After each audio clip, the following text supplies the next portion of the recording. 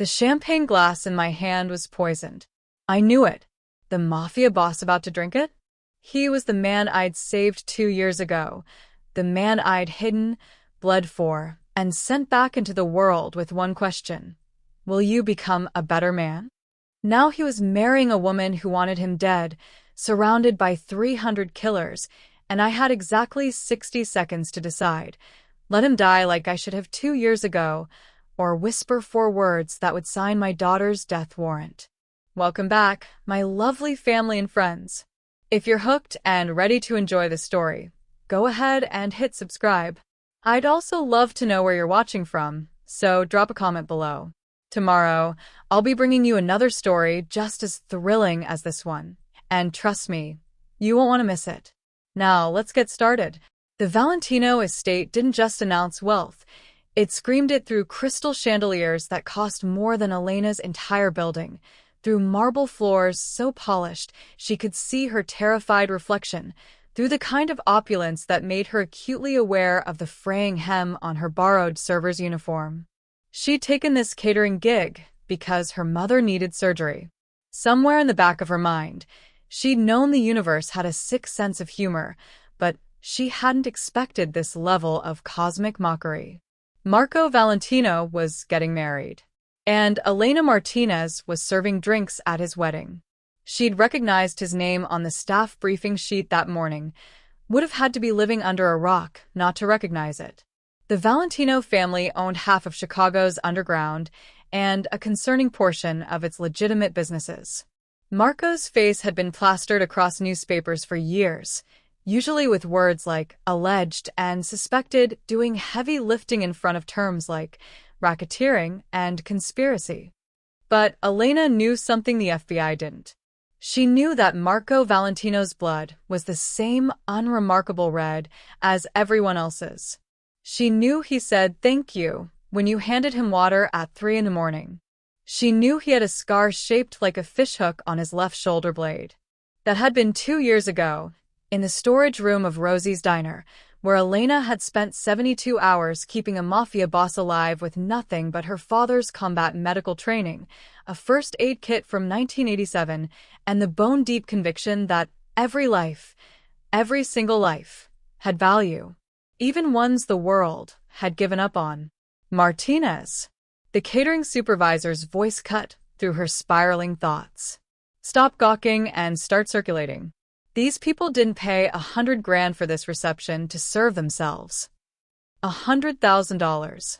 Elena's brain stuttered over the number. That was 2 years of rent. That was Sophia's asthma medication for a decade.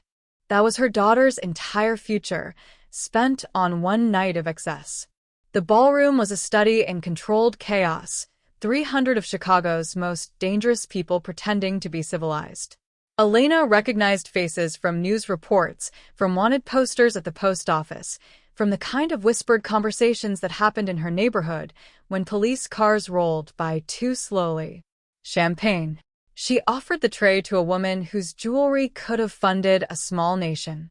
The woman took a glass without looking at her, which was fine. Elena had perfected the art of being invisible. When you worked 3 jobs in a city that chewed up people like her and spit out the bones, invisibility was survival. She wove through the crowd, her eyes carefully not searching for him, which was why she, of course, found him immediately. Marco Valentino stood at the head table like a king surveying his kingdom, if kingdoms were built on broken kneecaps and strategic disappearances. He wore a tuxedo that probably cost more than her car if she'd had a car, his dark hair swept back, his jaw sharp enough to cut glass. But Elena had touched him, had felt his pulse stutter under her fingertips, had watched him sleep with his guard finally down, had seen him cry exactly once when the pain meds wore off too fast. Then their eyes met across the ballroom, and Elena's heart performed gymnastics that would have scored a 10. The recognition in his gaze was immediate, absolute, and completely devastating. His expression didn't change. Men like Marco Valentino had poker faces that could bluff God himself, but something shifted behind his eyes. Something that looked dangerously close to longing. Elena looked away first because she had to, because her daughter was at home with her mother, and that was what mattered. Not this. Not him. Is that the girl? A male voice came from her left, amused, with an edge that made Elena's survival instincts ping. What girl? Another voice, annoyed. The one the boss has been obsessed with. Victor said he's had men watching some nobody for 2 years. Elena's blood went cold, then hot, then cold again. The waitress? The first voice laughed. Boss is gonna marry Isabella Romano, and he's mooning over some chick who serves coffee? That's rich. Not just mooning. He bought her entire apartment building, paid her kids' hospital bills. Victor says the boss barely touches Isabella. She's gonna gut him on the honeymoon, take over both territories. Victor's already making plans. Elena's hands went numb. The tray tilted dangerously, champagne sloshing against crystal. Isabella's gonna gut him on the honeymoon. She forced herself to keep moving, to not react, to be invisible. But her mind was racing, puzzle pieces clicking together with horrifying clarity. Her shift supervisor materialized at her elbow. The head table needs service. They're about to do the toast. Of course they were, because the universe's sense of humor was apparently just getting warmed up. Elena loaded her tray with fresh champagne flutes, including the ornate crystal one that sat apart from the others, family heirloom. The supervisor had explained, only for the groom. She was halfway to the head table when she passed the kitchen entrance and heard it. Make sure the boss gets the special glass. Elena's feet stopped moving. Her brain screamed at them to keep walking, to mind her business, to think about Sophia at home with her inhaler and her favorite stuffed rabbit. But her father's voice was louder. Every life has value, Mija. Every single one. She adjusted her trajectory slightly, just enough to see through the kitchen service window. 2 servers she didn't recognize stood near the prep counter. One held a small vial, clear liquid catching the harsh fluorescent light. This'll stop his heart in 5 minutes, the one with the vial said. Stress-induced cardiac arrest. Very tragic. Very convenient. Victor said make sure it's the crystal glass.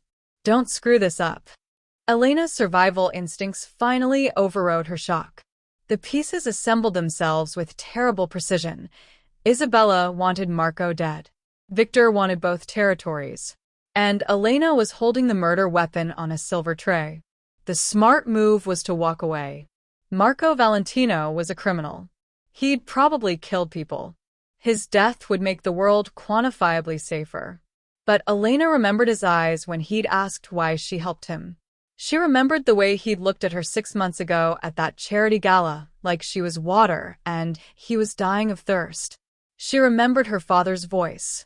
Every life has value. Even ones covered in blood. Even ones that built empires on broken bones. Even his. Elena took a breath that felt like swallowing glass and walked toward the head table where Marco Valentino sat beside his would-be murderer, completely unaware that his champagne had been weaponized. The ballroom noise receded. Her vision narrowed. Marco's face, Isabella's calculated smile, the ornate crystal glass sitting innocently on the white tablecloth like a loaded gun. She reached the head table just as Marco stood to give the toast. Isabella's hand was on his arm, possessive and sharp. 300 dangerous people raised their glasses. And Elena Martinez, 28-year-old single mother who made $9 an hour plus tips, set the poisoned champagne glass in front of the most dangerous man in Chicago. Then she leaned close enough to smell his cologne and whispered the 4 words that would either save his life or end hers. Don't drink that. Marco froze. Completely, utterly froze. His hand hovered over the crystal glass, suspended in a moment that stretched like taffy. Elena watched his face, that carefully constructed mask of power and control, crack just enough for her to see the man underneath. The one who'd gripped her hand in that storage room and trusted her to keep him alive. Their eyes locked, and in that microsecond, an entire conversation happened without words. She saw him register the fear in her eyes, the certainty, the desperation. Saw him understand that this wasn't jealousy or drama or some scorned woman's revenge fantasy. This was real. This was death wearing a crystal disguise. The ornate glass, Elena whispered, her voice trembling. Please. Trust me like I trusted you. Isabella noticed. Of course she noticed. Her perfectly manicured hand tightened on Marco's arm, her smile frozen in place like a beautiful mannequin. But her eyes went sharp as broken glass, fixing on Elena with a kind of hatred that could peel paint. Is there a problem? Isabella's voice could have cut diamonds. Each word was enunciated with the precision of someone used to giving orders and watching people scramble to obey. Marco's expression hardened into something Elena recognized from news reports, the face of a man who'd built an empire on calculated violence and strategic intimidation. He straightened slowly, deliberately, his movements controlled in a way that made the hair on Elena's arms stand up. No problem at all, amore mio, Marco said, his voice carrying that particular quality of cold that made smart people check their exits. I'm just thinking about tradition. My father always said the bride should make the first toast at a Valentino wedding. Something about honoring the woman who's brave enough to marry into this family. He picked up the ornate crystal glass and held it out to Isabella. The ballroom seemed to inhale collectively. 300 dangerous people suddenly paying very close attention to the tableau at the head table. Isabella's face went the color of expensive paper. Darling, that's your father's glass. You can't just. I insist. Marco's smile could have frozen the Chicago River in July. To new traditions. To brave women. To honoring the effort you've put into planning this beautiful reception. He pressed the glass into her hand. Drink, Isabella. Show everyone how we celebrate in style. Elena's heart was trying to hammer its way out of her chest. She should move. Should back away. Should become invisible again. But her feet were rooted to the marble floor, watching this deadly game of chess play out in real time. Isabella's eyes darted to someone across the room. Elena followed her gaze and found him. Victor Russo, Marco's underboss, standing near the bar with the expression of a man watching his carefully laid plans spontaneously combust. His hand moved toward his jacket. Victor, Marco called out, not taking his eyes off his bride, if your hand gets any closer to that weapon, my men will redecorate this ballroom with your internal organs, and I really don't want to ruin the aesthetic. Rosa worked very hard on the flower arrangements. Victor's hand stopped moving, but his eyes were calculating, searching for angles, looking for the exit that would let him survive the next 5 minutes. Marco turned his attention back to Isabella, the glass still extended between them like a peace offering wrapped around a bomb. You know what's funny? His voice was conversational now, almost pleasant. I was going to go through with this. The wedding, the merger, the whole performance. I was going to be the good soldier, marry for the family, live with a wife who looked at me like a business acquisition instead of a person. He paused, and something flickered across his face.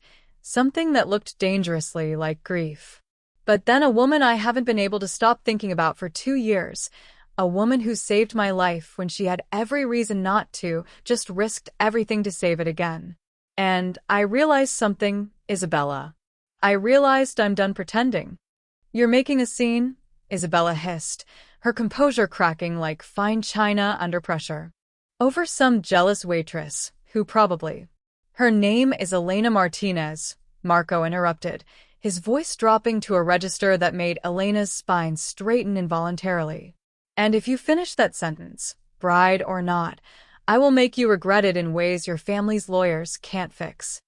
The ballroom had gone silent. Not the peaceful silence of a church or a library, but the breathless silence of people watching a tiger decide whether to pounce or walk away. Elena could hear her own heartbeat, loud as thunder in her ears. Isabella's face transformed, shock melting into rage calculating into something colder. She looked at Elena with eyes that promised violence, then back to Marco with a smile that belonged on a shark. You'd believe her? Isabella's voice was silk wrapped around steel. Some nobody who serves eggs for a living? Over me? Over your family's alliance with mine? Yes, Marco said simply. Because she's never lied to me. Can you say the same? Isabella's hand moved fast, a knife appearing from somewhere in the folds of her designer dress, blade catching the chandelier light as it arced toward Marco's throat. But Marco was faster, catching her wrist with one hand while his other relieved her of the weapon with practiced ease that suggested this wasn't his first attempted assassination. The ballroom erupted. Chairs scraped. Guns appeared. Women screamed. The orchestra's violinist kept playing for 3 confused seconds before someone yanked him behind a pillar. Victor! Marco's voice cut through the chaos like a blade.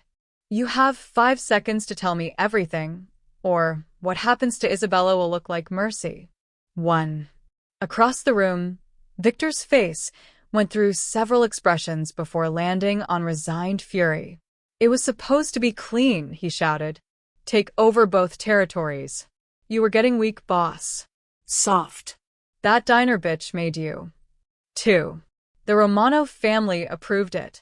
They wanted someone strong leading, not some lovesick. 3. Victor grabbed the nearest person, a Romano cousin, unfortunately for both of them, as a human shield and bolted for the exit. The sound of safeties clicking off echoed through the ballroom like a deadly percussion section. 4. Marco said almost sadly. Then all hell broke loose. Gunfire shattered the crystalline elegance. Guests dove under tables. Victor's human shield proved disappointingly ineffective against professional killers with excellent aim. And Marco grabbed Elena, his arm wrapping around her waist as he pulled her down behind the head table, his body covering hers as bullets turned the $100,000 reception into a war zone. Stay down, he growled in her ear, one hand cradling her head while the other held his own gun, appearing from somewhere Elena hadn't seen.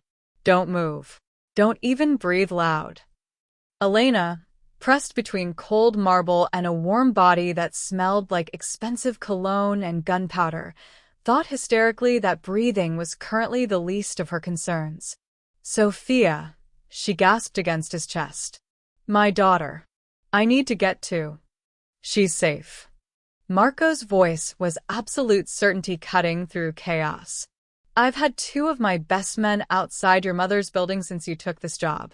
Right now your daughter is eating dinosaur-shaped chicken nuggets and watching Moana. She's safe, Elena. I promise you. The gunfire stopped. The silence that followed was somehow worse, filled with groaning and the tinkle of falling crystal. Marco lifted his head carefully, assessing. Elena saw it from her position on the floor. Victor, slumped near the exit with artistic bullet placement that suggested Marco's men didn't miss. Isabella, restrained by 2 men the size of refrigerators, screaming Italian obscenities. And 300 of Chicago's most dangerous people, slowly emerging from cover, staring at Marco Valentino with the kind of respect reserved for men who survive coups at their own weddings. Anyone else?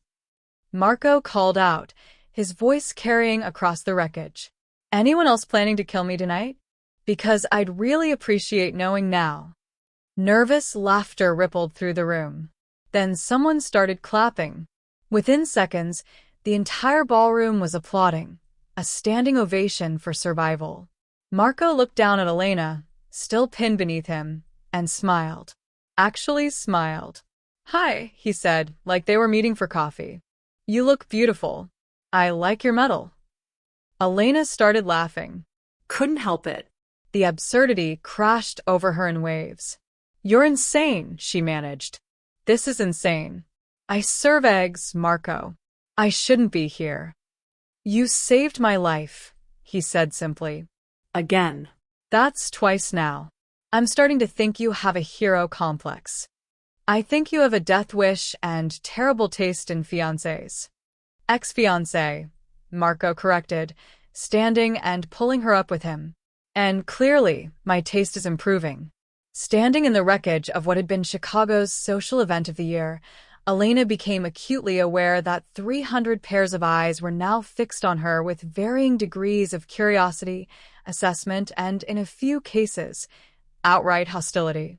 Her borrowed server's uniform suddenly felt like a spotlight, marking her as the outsider who'd just blown up a strategic alliance between two of the city's most powerful crime families. The smart play would have been to fade into the background, collect her paycheck, and pretend this never happened.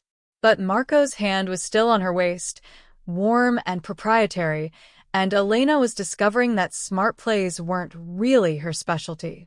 Not when it came to men who looked at her like she'd hung the moon while standing in pools of their enemy's blood.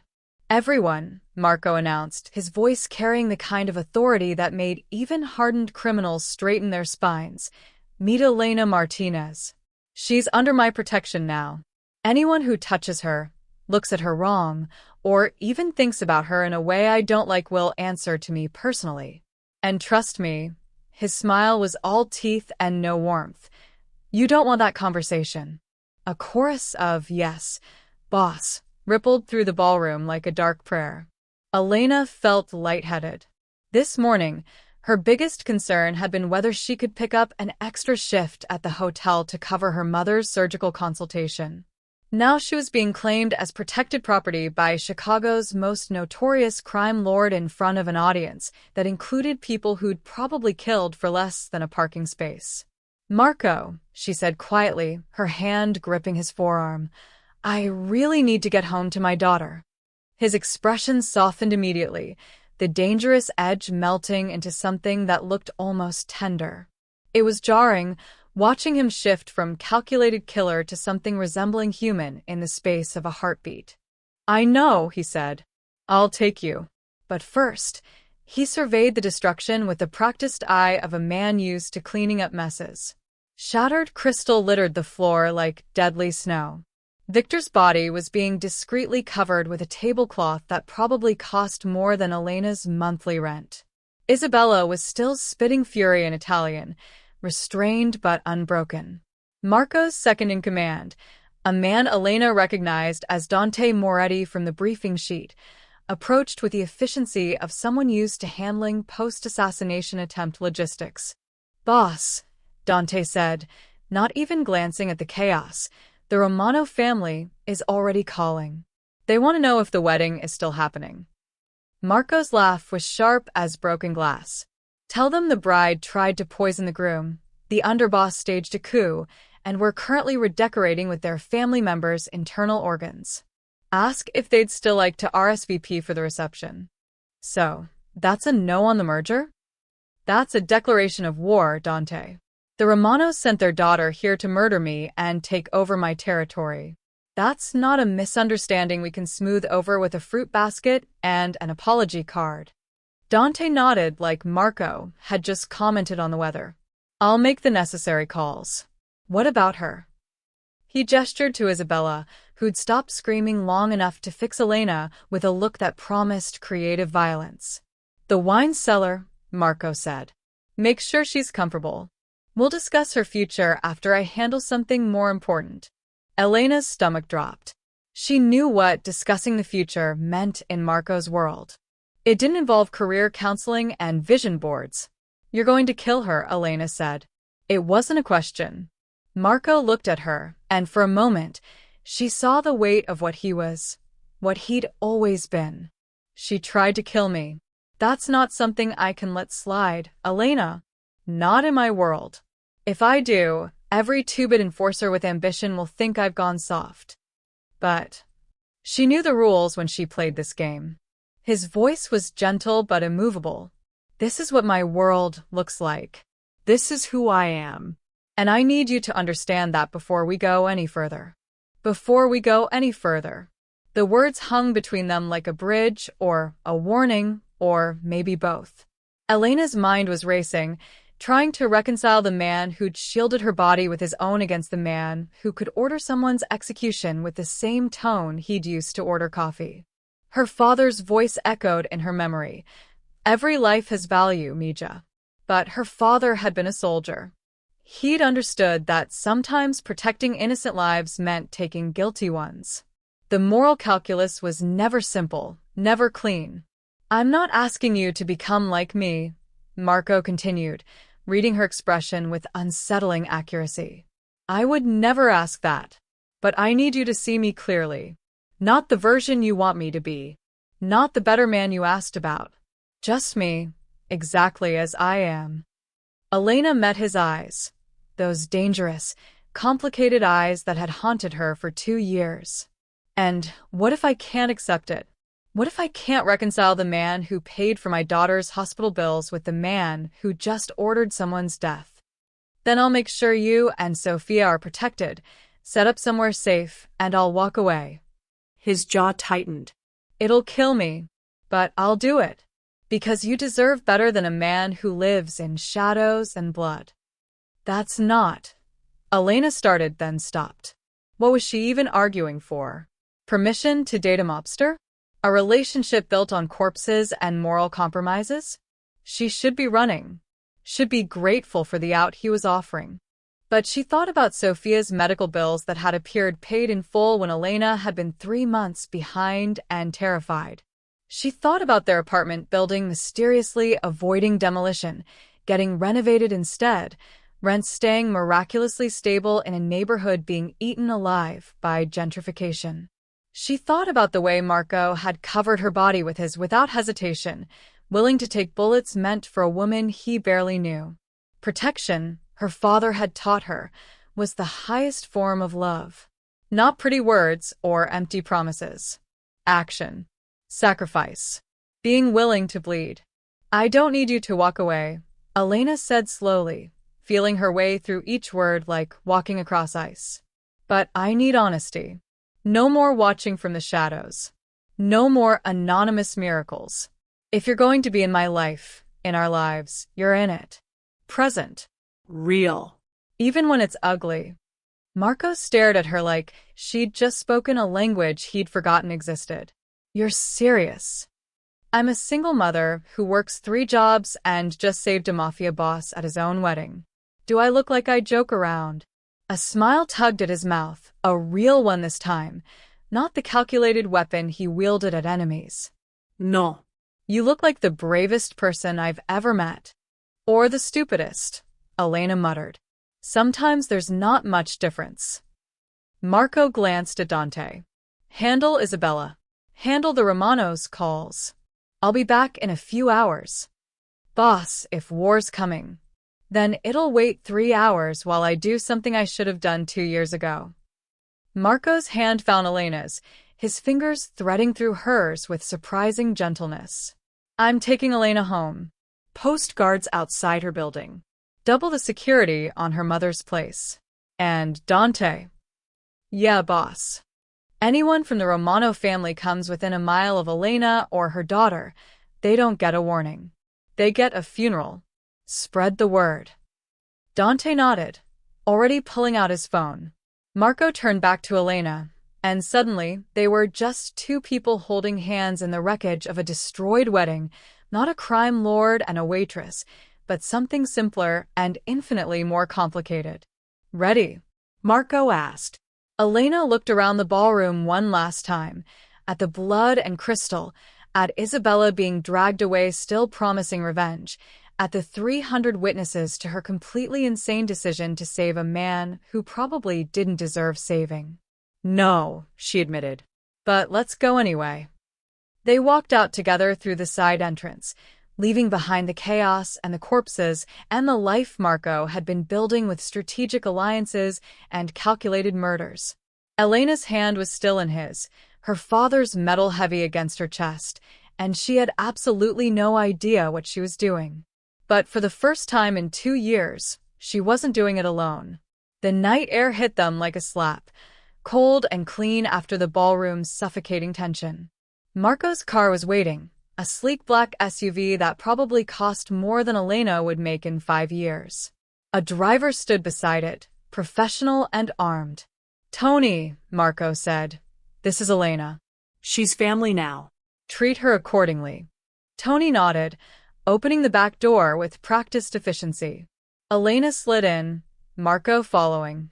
And suddenly they were enclosed in leather and luxury, the sounds of the wedding's aftermath muffled behind bulletproof glass. Sophia's at 2847 West Monroe, Elena said, giving her address without him asking. Third floor, apartment 3C. My mother's name is Carmen. She's going to have questions. I'll answer them, Marco promised. She might shoot you. She keeps Dad's service pistol in the cookie jar. I'll take my chances. He pulled out his phone, typing rapidly. I'm having my doctor meet us there. I want to make sure Sophia's okay, that the stress of tonight didn't trigger her asthma. She doesn't know about tonight, Elena said. She doesn't know about you. She's 4 years old, Marco. How do I explain this? Marco was quiet for a moment, watching the city lights streak past. Tell her the truth. That I'm someone who cares about her mother. That I want to keep you both safe. Kids understand simple truths better than adults do. And when she asks what you do for work, I'll tell her I solve problems for people. It's not a lie.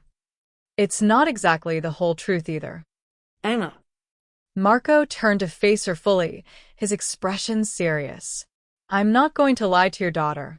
But I'm also not going to tell a 4-year-old the details of what I do. There's a middle ground. We'll find it together. Together. There was that word again, carrying weight neither of them had quite agreed to yet. But Elena was exhausted, bone-tired from adrenaline crash and moral whiplash and the growing realization that her life had just taken a sharp left turn into territory her father's wisdom hadn't covered. Okay, she said simply, leaning back against the leather seat. Together. Marco's hand found hers again in the darkness, and they drove through Chicago's streets toward whatever came next. The building Elena called home looked different through Marco's eyes.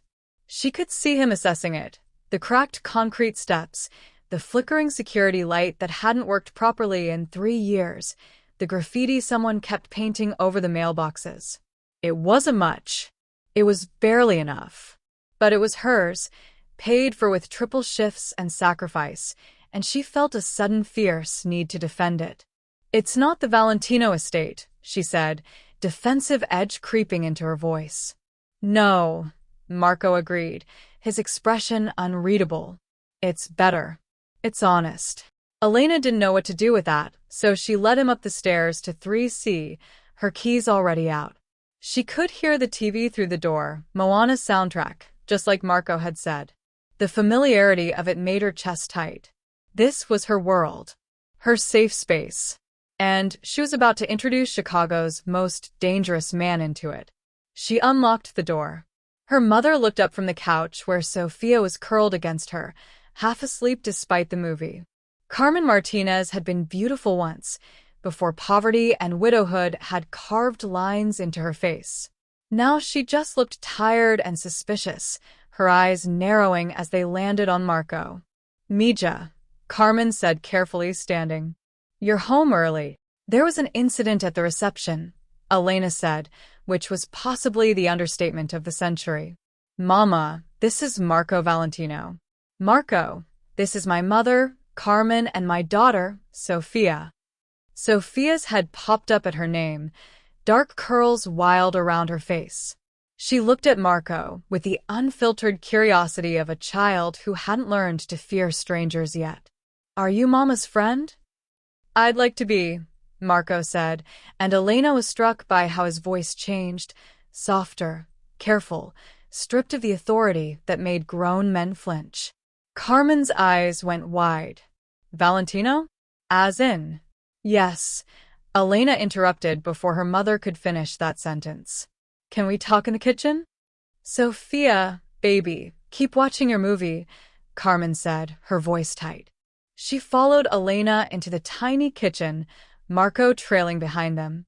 The space felt even smaller with him in it, his presence too large for the chipped countertops and bargain bin appliances. Carmen rounded on Elena the moment they were out of Sophia's earshot.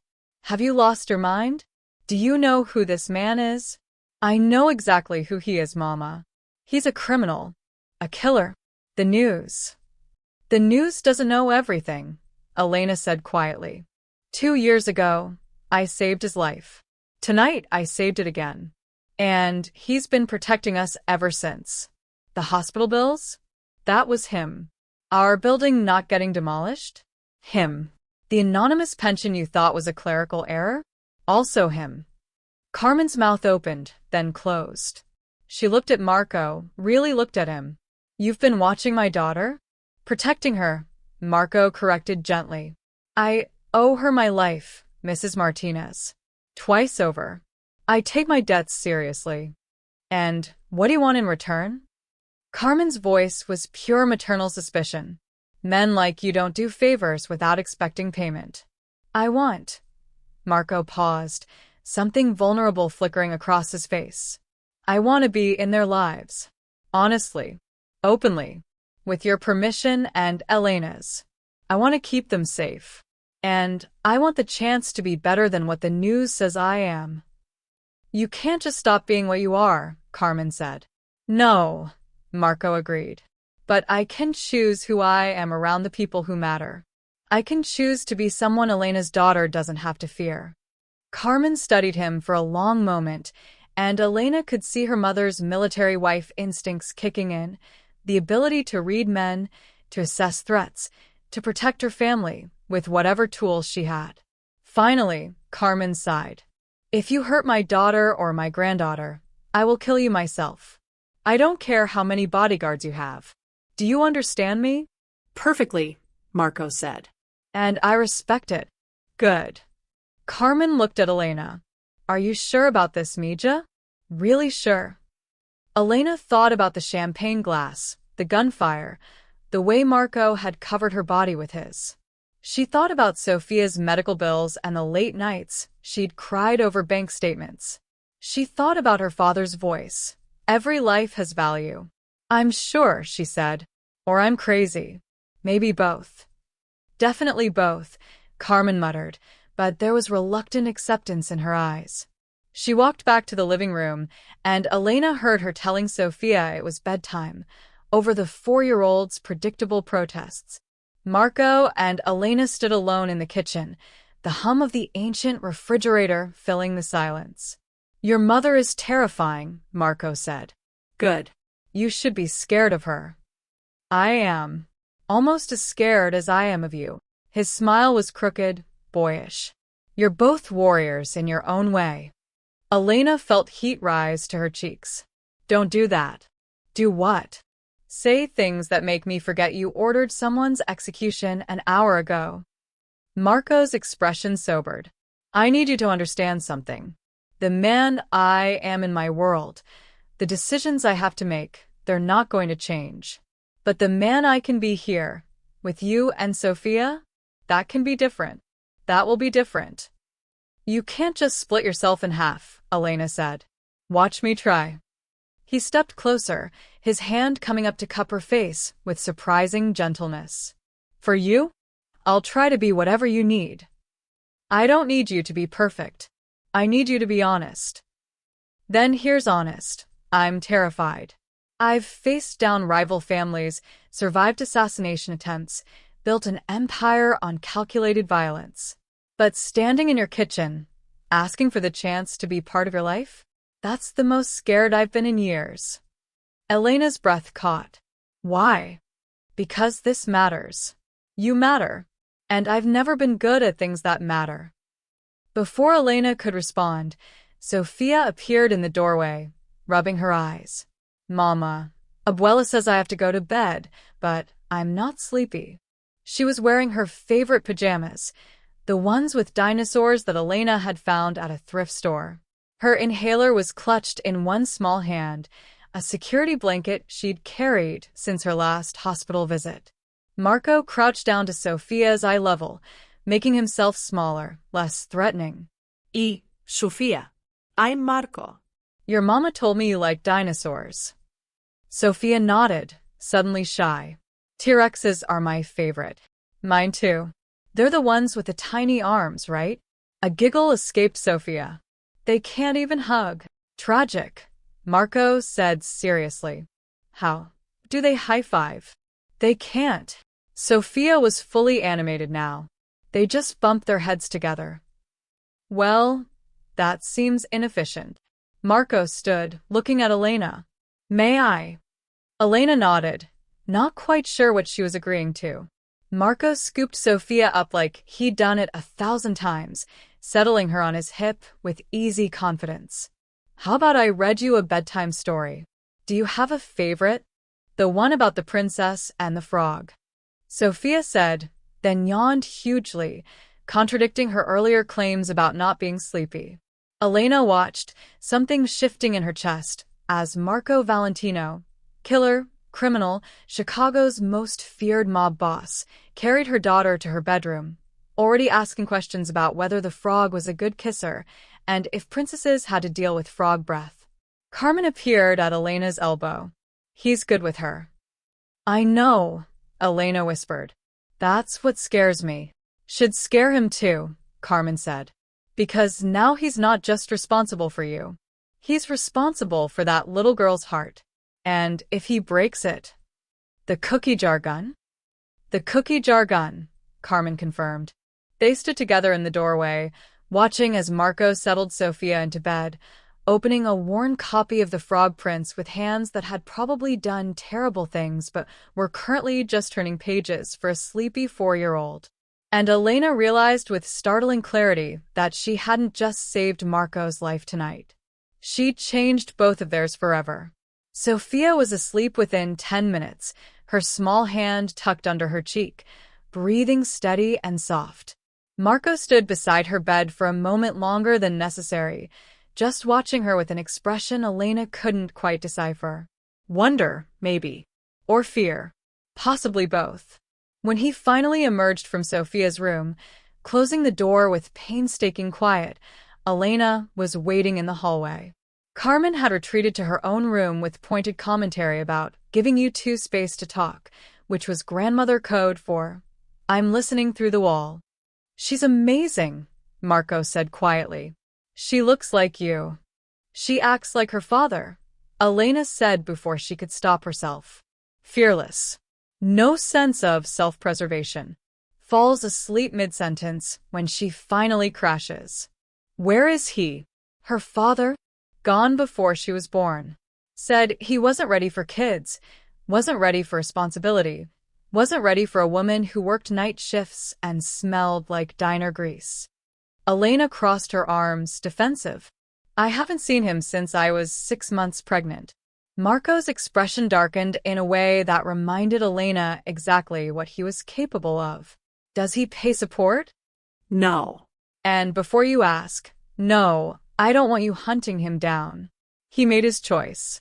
We're better off without him. Sophia deserves stability, Elena interrupted. Not a father who shows up because a scary man with a gun told him to. She deserves someone who wants to be there, who chooses her. The words hung between them, heavy with implication. Marco's eyes searched hers, and Elena felt exposed, like he could see straight through to all her messy hopes and desperate fears. I want to be there, Marco said carefully. For both of you. If you'll let me.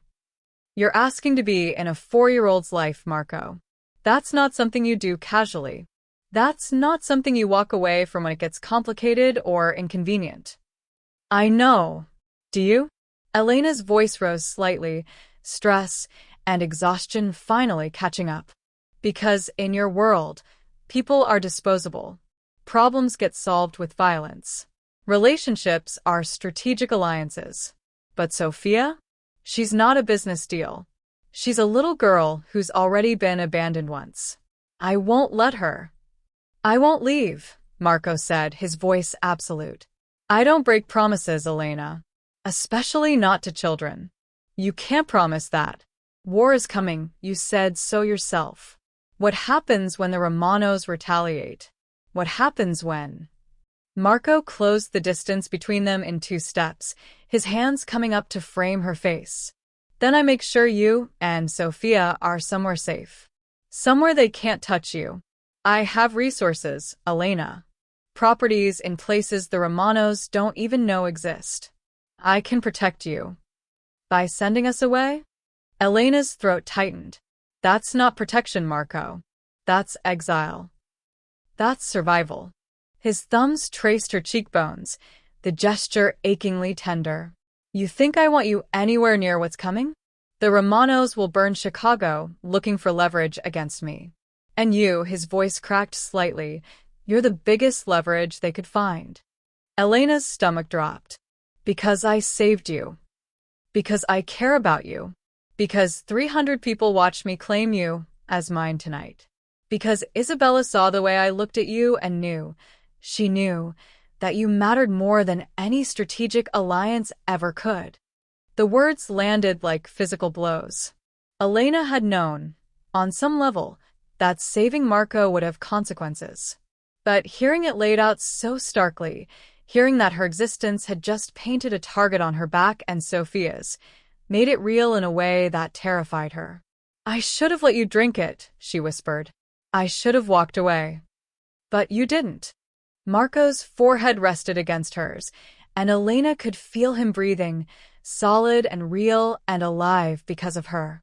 You saved me. Again. And now I'm going to spend every day I have left making sure you don't regret it. How can you promise that when you don't even know if you'll survive the week? Because I'm very good at surviving. His smile was grim. And now I have a reason to be better at it. A phone buzzed Marco's. He pulled it out, checked the screen, and his expression hardened. Dante. I need to take this. He stepped away, and Elena heard the low murmur of his voice, clipped and professional. She caught fragments. Romano soldiers spotted near. Triple the security. No, we don't negotiate, we. This was her life now, Elena realized. Late-night phone calls about soldiers and security. Living in the spaces between violence. Loving a man who lived in shadows and made decisions she'd rather not know about. Her father's metal felt heavy against her chest. Every life has value. But what about the lives that would be lost because she'd saved one? What about the war Marco had just confirmed was coming? How many people would die because Elena Martinez had decided to play hero in a world she didn't understand? Marco ended the call and turned back to her, and Elena saw it in his face. The shift back to the man who ran an empire. The mask sliding into place. I need to go, he said. The Romanos are already moving. There's a situation that requires my attention. Of course there is. Elena. Go, she said, suddenly exhausted. Sophia's safe. We're safe. That's what matters, right?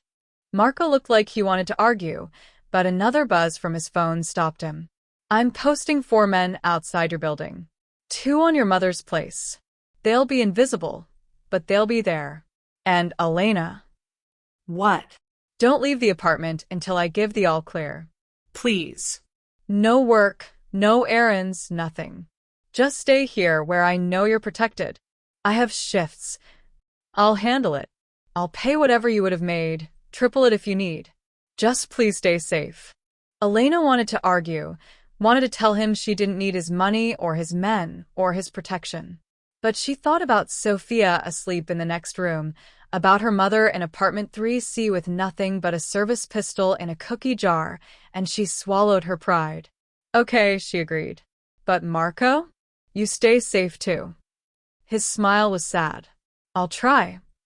He kissed her forehead, quick, gentle, devastating, and then he was gone, leaving Elena standing in her tiny hallway wondering what the hell she'd just agreed to.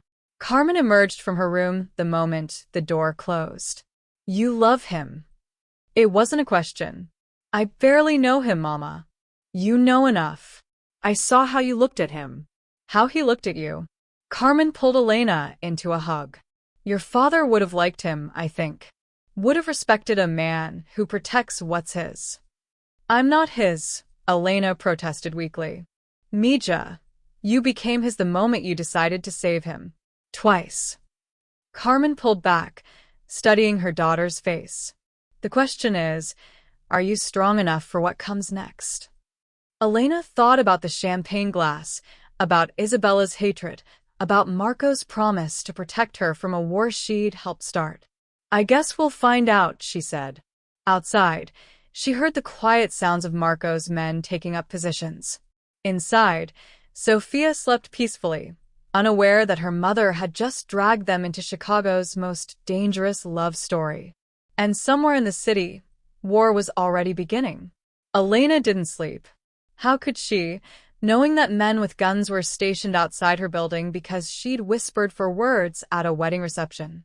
She lay in bed, staring at the water-stained ceiling, listening to Sophia's soft breathing through the baby monitor she still used despite her daughter being 4. Old habits from the emergency room visits, from the nights Elena had sat awake counting breaths, making sure each one came after the last. Her phone buzzed at 3 a.m. A text from an unknown number. It's Marco. New secure line. Are you awake?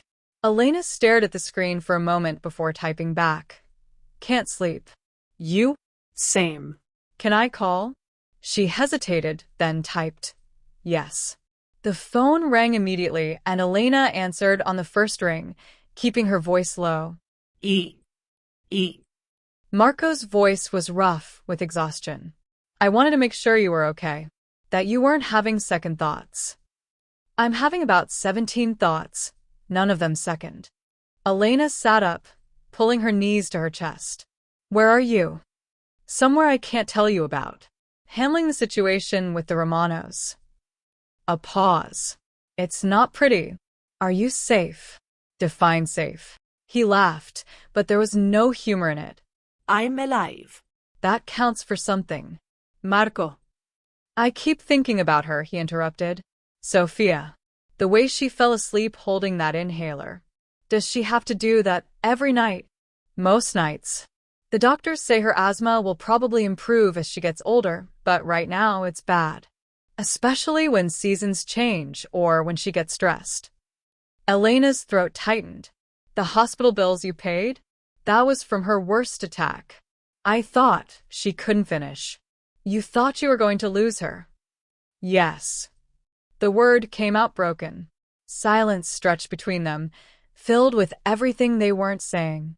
Finally, Marco spoke, his voice different, softer, more raw. My sister had asthma. Lucia. She died when she was 7. An attack at school, and the nurse didn't get to her in time. Elena's chest constricted. Marco, I'm so sorry. That's why I paid the bills. When my men told me Sophia was in the ER, that you were 3 months behind on payments, that you were working triple shifts trying to catch up, he stopped, collecting himself. I couldn't let that happen again. Couldn't let another little girl die because money was more important than breathing. You should have told me. And say what? Hi, remember me, the guy you saved? I've been watching you and your daughter for 2 years like a creep, but it's fine because I'm paying your bills. He laughed again, still humorless. You would have run. Should have run. Maybe, Elena admitted. Or maybe I would have understood. You're not the only one who knows what it's like to watch someone you love struggle to breathe. Another silence, this one different. Comfortable, almost. Like they were just 2 people sharing darkness instead of a mobster and a waitress navigating a relationship that could get them both killed. Tell me something, Marco said eventually. Something real. Something that has nothing to do with any of this. Elena thought for a moment. Sophia wants to be a veterinarian when she grows up. Specifically, she wants to help sick dinosaurs, which I haven't had the heart to tell her is anatomically challenging. Marco's laugh this time was genuine. Don't tell her. Let her dream big. What about you? Did you dream big once? Once. His voice went distant. I wanted to be a teacher.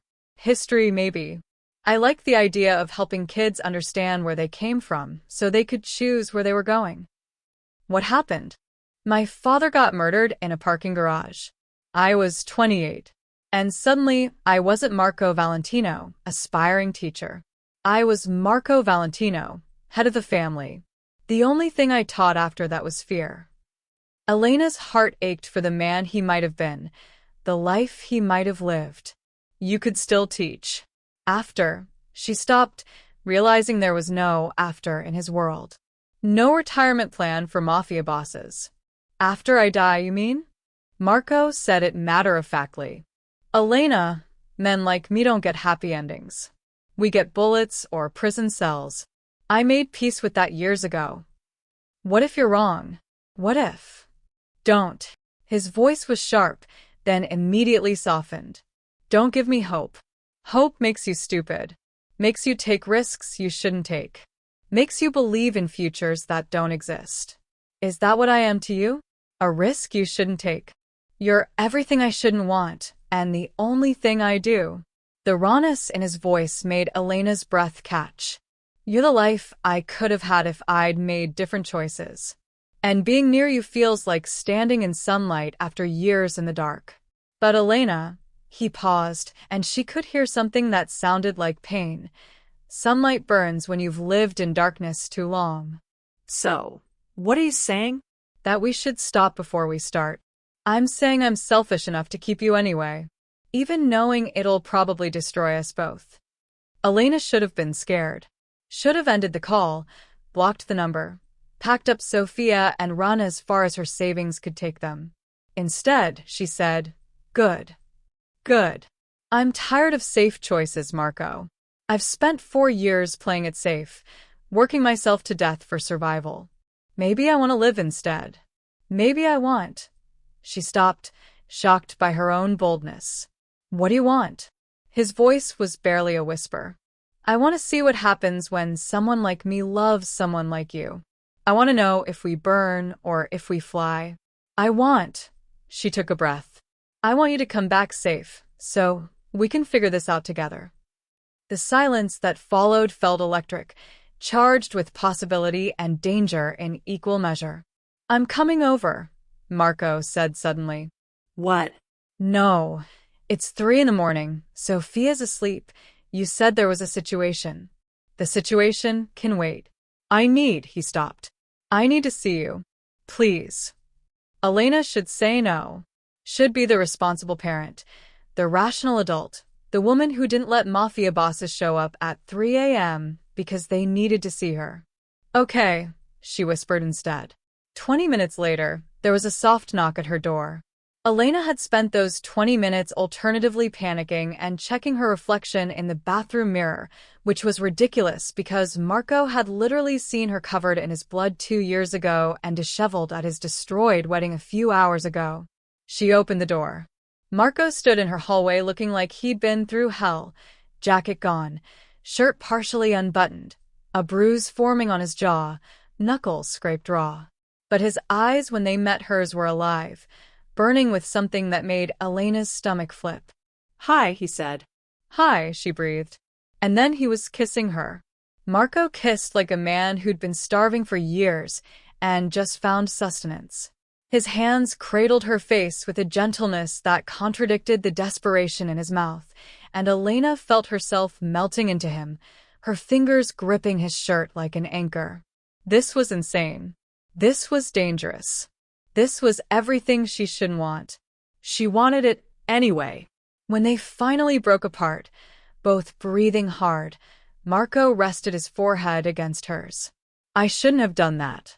Probably not, Elena agreed, her voice shaky. But I'm not sorry. Elena. He pulled back slightly, his hands still framing her face. If we do this, if we really do this, there's no going back. The Romanos will come after you harder. Every enemy I have will see you as a weakness. Your life will never be normal again. Normal is overrated. Normal was working 3 jobs and barely surviving. Normal was watching my daughter wheeze through the night and praying her inhaler would be enough. Elena's hands came up to cover his. Maybe I don't want normal. Maybe I want extraordinary, even if it's terrifying. You're sure? His eyes searched hers, looking for doubt, for hesitation. Because once I claim you, really claim you, not just in a ballroom full of criminals, but in every way that matters, I won't let go. I can't. It's not who I am. Then don't let go, Elena whispered. Marco kissed her again, softer this time, reverent, like she was something precious that might shatter. When he pulled back, his smile was crooked, boyish in a way that made him look years younger. Your mother is going to kill me, he said. Probably. The cookie jar gun is loaded. Worth it. He glanced towards Sophia's closed bedroom door. I should go before I wake her. Stay, Elena said, surprising herself. Just for a little while. We can sit on the couch like normal people having a normal conversation. We're not normal people. Then we'll pretend. Just for an hour. She tugged him toward the living room, and Marco followed, letting himself be led like he hadn't just orchestrated violence across the city hours earlier. They settled on her second-hand couch, the one she'd found on Craigslist with only minor staining, and for a moment, they just sat there. Marco's arms stretched across the back of the couch, not quite touching her. Elena tucked her feet under her, hyper-aware of every breath, every movement. Tell me something else, Marco said, echoing his earlier request. Something I don't know. I wanted to be a nurse, Elena admitted. Before Sophia. I was taking classes at community college, working toward my certification. Then I got pregnant and she shrugged. Life had other plans. You could still do it. After things settled down, I could. I don't need you to fix my life, Marco. I know. He was quiet for a moment. But maybe I need you to let me try. Maybe taking care of you and Sophia is the closest I'll ever get to being that teacher who helps people choose their future. Elena's heart did something complicated in her chest. You're going to ruin me for normal men, you know that? Good. Normal men don't deserve you. His fingers played with a curl of her hair that had escaped her ponytail. You deserve someone who sees you clearly, who knows you work 3 jobs and raise a daughter alone, and still find the courage to save lives, even dangerous ones. Stop making me fall for you, Elena said, but there was no heat in it. Can't. Already falling myself. Might as well take you with me. They sat in comfortable silence, and Elena felt herself relaxing for the first time in hours. Outside, she knew Marco's men were standing guard. Across the city, war was brewing. Tomorrow would bring complications she couldn't imagine. But right now, in this moment, she was just a woman sitting with a man who looked at her like she'd hung the stars. What happens next? She asked eventually. With the Romanos? Marco's expression darkened. They'll want blood. Isabella was their ticket to controlling my territory. Without her, without the merger, they lose everything they were planning. They'll retaliate. How? That's what I was handling tonight. Making sure they understand the cost of coming after me. He paused. 3 of their warehouses don't exist anymore. Their supply lines are disrupted. I've cut off their access to the ports. By morning, they'll be scrambling. Elena should have been horrified. Should have recoiled from the casual way he discussed destruction. Instead, she found herself asking, will it be enough? For now. They'll need time to regroup, to figure out their next move. That gives me time to fortify, to make sure you and Sophia are untouchable. You can't protect us from everything. Watch me. The intensity in his voice was absolute. I've spent 2 years watching you from the shadows, Elena, making sure you were safe without you even knowing I was there. Now that you know, now that you're letting me in, I'm never letting anything hurt you or Sophia. Never. That's a big promise. I don't make small ones. Elena studied his face, the bruise on his jaw, the exhaustion around his eyes, the fierce determination that radiated from him like heat. Who protects you, Marco? The question seemed to catch him off guard. What? Everyone's afraid of you. Everyone either wants something from you or wants you dead. But who protects you? Who makes sure you come home safe? I don't. He stopped, looking lost. I don't come home, Elena. I have a house, a mansion, whatever. But it's not a home. It's a fortress. A place to sleep between wars. That's sad. That's reality. What if it didn't have to be? Elena turned to face him fully. What if you had somewhere to come home to? Someone who worried when you didn't call? Someone who... She didn't get to finish because Marco was kissing her again, and this time there was something almost desperate in it. Like he was trying to believe in the future she was offering, even though everything in his world said it was impossible. When they broke apart, his voice was rough. You make me want things I gave up on years ago. Like what? Like tomorrow. And the day after that. And maybe a year from now, teaching Sophia to ride a bike in a park somewhere safe. Like watching you go to nursing school and being there when you graduate. Like, he stopped, seeming to catch himself. Like what? Elena pressed. Like being someone's person. Not their boss, not their enemy, not their problem to solve. Just someone's person. Elena's eyes stung. You could be, if you wanted. I want, Marco said simply. God help me, I want. Outside, dawn was beginning to break over Chicago. Soon, Sophia would wake up. Carmen would emerge with questions and probably the cookie jar gun. The real world would intrude with all its complications and dangers. But right now, on a second-hand couch in a tiny apartment, Elena Martinez and Marco Valentino sat together and pretended that love could be enough. Even knowing it probably wasn't. Even hoping desperately that it might be.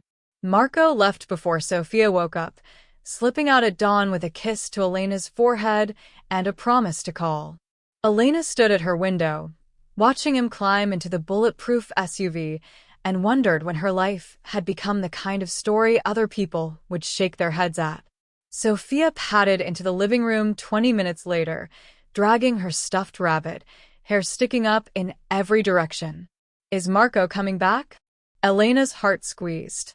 One bedtime story, and her daughter was already attached. Maybe. Would you like that? He's funny, and he smells nice. Sophia climbed onto the couch, positioning herself in Elena's lap with practiced ease. Tyler's dad left and never came back. Is Marco gonna leave? The question hit Elena like a physical blow. Tyler was Sophia's friend from daycare. His father had walked out 6 months ago, and Sophia had absorbed that lesson like children do, adding it to her understanding of how the world worked. Daddy's left. That's just what happened. I don't know, baby, Elena said honestly, because she'd promised herself she'd never lie to her daughter about important things. But I think Marco wants to stay. He wants to know you better. Does he like dinosaurs? Real ones, not just pretend ones. I think he likes whatever you like. Elena kissed the top of Sophia's head, breathing in the scent of baby shampoo and innocence. But Sophia? Marco's job is really important and sometimes dangerous. He might not be able to visit as much as we'd like. That doesn't mean he doesn't care. It just means he's busy keeping people safe. It was a sanitized version of the truth, but it was all Elena could offer a 4-year-old. Sophia seemed to accept this, nodding seriously. Like a superhero. Something like that. Carmen emerged from her room, already dressed, her expression grim. Mija, we need to talk. Elena recognized that tone. It was the same one her mother had used when Elena announced her pregnancy, when she'd decided to keep working through her 3rd trimester, when she'd refused to track down Sophia's father for child support. It was the voice of a woman who'd seen too much hardship to believe in fairy tales. Sophia, go pick out your clothes for the day, Elena said. Something with dinosaurs. Everything has dinosaurs, Mama. But Sophia scrambled off, giving Elena and Carmen space. He stayed the night, Carmen said. It wasn't a question. He stayed for an hour. We talked. That's all. Emma. Carmen sat down heavily, looking every one of her 53 years. I know you think you can handle this. I know you're strong. You're the strongest person I know. But this man? He's not like your father. He's not a good man doing a hard job. He's a criminal. And you're dragging Sophia into his world. I'm not dragging. You are. The moment you saved him the first time, you tied us to him. But you could have walked away. Last night, you could have stayed out of it, let whatever was going to happen happen. Instead, you saved him again. And now... Carmen's voice cracked. Now we're targets. Now Sophia is in danger because her mother fell in love with the monster. He's not a monster, Elena said, but the words felt hollow even to her own ears. He's complicated. Hitler was complicated.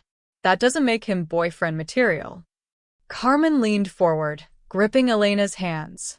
I see how you look at him. I see how he looks at you. And maybe in another life, in another world, you two could have had something beautiful. But in this world, in this reality, he's going to get you killed, Mija. Him, or his enemies, or the FBI when they finally catch up to him. And what happens to Sophia then? Elena pulled her hands away, standing up because sitting felt like surrender. You think I haven't thought about that? You think I don't lie awake at night terrified? But Mama, I've been barely surviving for 4 years. Working myself to death, drowning in debt, watching my daughter struggle to breathe, and knowing I couldn't afford to fix it. Marco paid some bills. That doesn't make him a savior. No. But it makes him someone who saw us struggling and did something about it. Someone who's been protecting us for 2 years without asking for anything in return. Elena's voice rose, passion overtaking caution. You want to know what makes him different? He didn't have to care. He could have forgotten about the waitress who patched him up and moved on with his life. But he didn't. He stayed. Even from a distance, he stayed. And now he's close up, and you're letting your heart override your head. Maybe my heart knows something my head doesn't. Elena met her mother's eyes. Maybe love doesn't always make sense. Maybe sometimes it's messy and dangerous and completely illogical. But maybe it's still worth it. Carmen was quiet for a long moment, studying her daughter's face. Finally, she sighed, a sound filled with resignation and worry in equal measure. Your father would have something to say about this. Dad would say, every life has value, even the ones we're not supposed to save. Your father also carried a gun and knew how to use it. He understood the difference between saving a life on a battlefield and inviting the battlefield into your home. Carmen stood, moving to the window where Marco's guards were still visible, pretending to be innocuous in a way that fooled exactly no one. But I also know I can't stop you. You're as stubborn as he was. I'm scared too, Mama. I'm terrified. But I'm also tired of being alone. Tired of carrying everything by myself. And Marco, Elena's voice softened. He makes me feel like I don't have to be so strong all the time. Like I can lean on someone and they won't collapse under the weight. Or he'll get you killed. Maybe. But at least I'll have lived first. The words hung in the air between them, truth and defiance wrapped together. Carmen shook her head, but there was reluctant understanding in her eyes. If you're going to do this, really do this, you need to be smart about it. Learn his world. Understand the dangers. Don't just be some naive girl who thinks love conquers all. Carmen's expression hardened. Love doesn't stop bullets, Mija. And in Marco's world, bullets are coming. I know. Do you? Carmen challenged. Because right now, you're in the honeymoon phase. He's being sweet, protective, saying all the right things. But what happens when his enemies come for Sophia to hurt him? What happens when you watch him order someone's death and realize you're sleeping with the killer? What happens when? Then I'll deal with it, Elena interrupted. I'll deal with whatever comes because the alternative is spending the rest of my life wondering what if. And I'm done with that, Mama.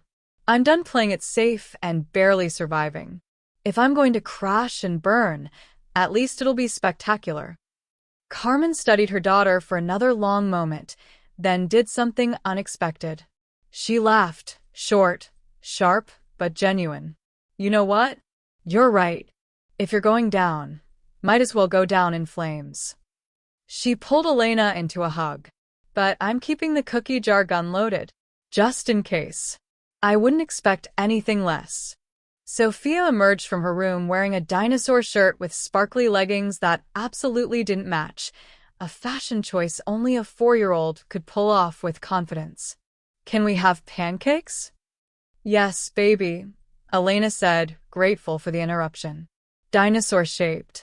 Is there any other kind? As Elena moved to the kitchen, her phone buzzed. A text from Marco. 3 Romano soldiers arrested by FBI this morning. My doing. They won't bother you for a while. Also, I miss you already. Is that pathetic? Elena smiled, typing back. Little bit. But I miss you too. Stay safe. Always. For you. Carmen watched her daughter's expression soften, saw the smile that transformed her face, and shook her head. You're already gone, aren't you? Already in too deep. Elena looked up from her phone, meeting her mother's eyes. Yeah. I think I am. Then God help us all, Carmen muttered, but she squeezed Elena's shoulder as she passed. God help us all. Outside, Marco's men maintained their vigil. Across the city, war continued to brew. And in apartment 3C, Elena Martinez made dinosaur pancakes for her daughter and tried not to think about the fact that she'd fallen in love with Chicago's most dangerous man. Some thoughts were too terrifying to examine too closely. Some truths were better left unspoken, at least until the morning after. 3 weeks later, Elena stood in Marco's estate, watching him teach Sofia to ride a bike on the sprawling lawn that probably cost more to maintain than Elena's yearly salary. The war with the Romanos had reached an uneasy stalemate. Not peace, never peace in Marco's world, but a mutual understanding that further violence would cost both families more than they could afford. The FBI had gotten involved, arresting key players on both sides. Marco had somehow emerged cleaner than before, his lawyers too expensive, and his alibis too airtight. Isabella Romano had disappeared. Whether into witness protection or a shallow grave, Elena didn't ask. Some questions were better left unanswered. Mama, look. I'm doing it. Sofia's voice rang out across the lawn. Pure joy and triumph. I see, baby. You're amazing. Elena called back, her heart simultaneously soaring and breaking. Because this moment of her daughter learning to ride a bike with Marco's patient guidance, his hands steadying but not controlling, letting Sofia find her own balance, this was everything Elena had wanted and everything she'd feared. Sofia was attaching. Marco was attaching. They were becoming a family, this impossible configuration of waitress, mobster, and 4-year-old with asthma and dinosaur obsessions. And Elena was terrified it couldn't last. Marco jogged over after Sofia mastered a full loop around the garden, his smile genuine and unguarded in a way Elena had learned was rare. She's a natural. Fearless, just like her mother. Her mother is terrified approximately 90% of the time, Elena corrected. But you do it anyway. That's the definition of courage. He kissed her temple, casual and domestic, like they'd been doing this for years instead of weeks. Dante's inside waiting. The quarterly reports. I should. Go. Handle your business. We're fine. Elena squeezed his hand. We're always fine here. But as Marco walked back toward the house, Elena felt the familiar anxiety creep in. This estate, this life, this version of reality where she and Sofia spent weekends in a mansion with armed guards and quarterly reports about illegal enterprises. It wasn't sustainable. Eventually, something would shatter. The FBI would find something Marco's lawyers couldn't explain away. The Romanos would retaliate. Or Elena would wake up one morning and realize she couldn't reconcile loving a man whose business was built on other people's suffering. Sofia crashed into her legs, breathing hard but smiling. Did you see? I saw everything, baby. You were perfect. Elena crouched down, brushing sweaty curls from Sofia's forehead. Are you happy here? Super happy. Marco said next time he'll teach me to swim in the big pool. And there's a library with 1,000,000 books. And Sofia paused, her expression turning serious in that way children's faces do when they're about to ask something important. Is Marco gonna be my daddy? Elena's breath caught. Would you want that? Sofia considered this with the gravity of a child who'd learned too young that adults made promises they didn't keep. Tyler says daddies leave. But Marco keeps coming back. Does that mean he's staying? I think. Elena chose her words carefully, aware she was shaping her daughter's understanding of love and commitment and what it meant to stay. I think Marco wants to stay very much. But his job is complicated, and sometimes he has to do things that are hard or scary. So I can't promise he'll always be here, but I can promise he cares about us. About you. Is that enough? Sophia thought about this, then nodded. Okay. But if he's going to be my daddy, he should know I want a puppy. A big one. That can protect us like his guards do, but with more kisses. Elena laughed, the tension breaking. You should definitely tell him that.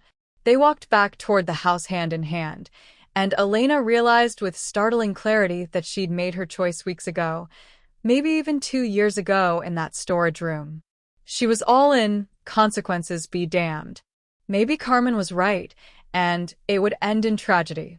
Maybe the FBI would come knocking. Maybe the Romano family would find a way to hurt them despite Marco's protection. But maybe, just maybe, love really could exist in the spaces between violence.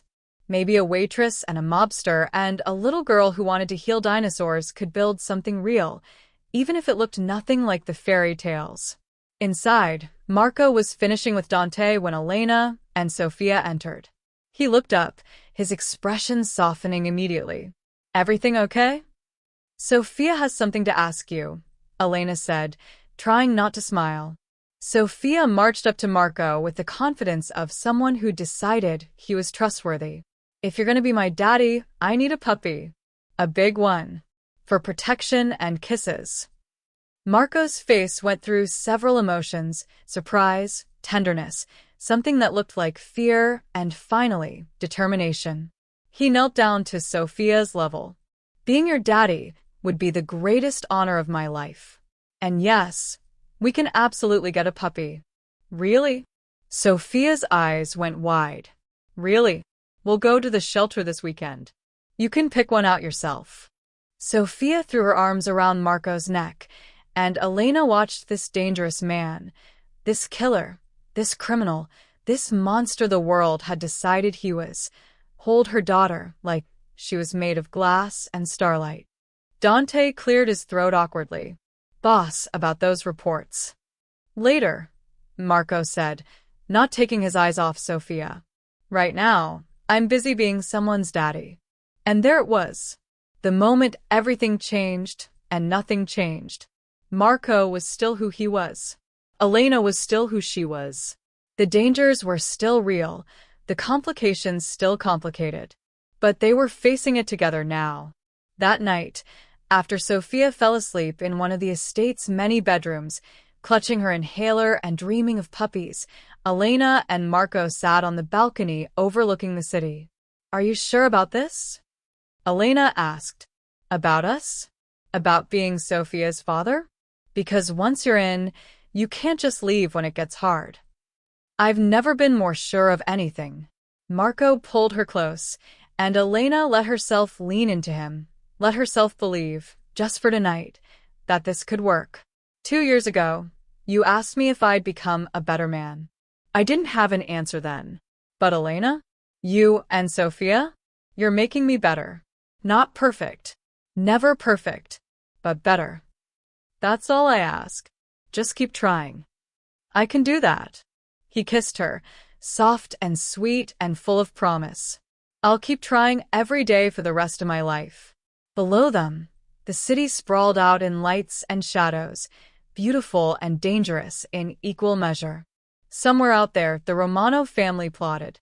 The FBI built cases. Marco's enemies sharpened their knives. But up here, in this moment, Elena Martinez had everything she'd never dared to want. A man who loved her, a daughter who was happy, and the hope that maybe, just maybe, redemption was possible even for the lost ones. Even for the ones the world had given up on. Did you become that better man? Elena whispered, echoing the question she'd asked months ago. Marco smiled against her hair. I'm still becoming him. Every day. Because of you. And in the morning, they'd go pick out a puppy. They'd continue navigating this impossible life they'd built. They'd face whatever came next together. Because some love stories didn't follow the rules. Some love stories were written in champagne whispers and second chances, in storage rooms and wedding receptions, in the spaces between violence where tenderness somehow survived. And sometimes, just sometimes, the waitress saved the mobster. And the mobster saved her right back. Thanks for sticking with us till the end of this story. If you enjoyed it, the next one will captivate you even more. Trust me, it's just as exciting, if not more. Click the image on your screen now to watch the next one, and don't forget to subscribe if you enjoyed the story.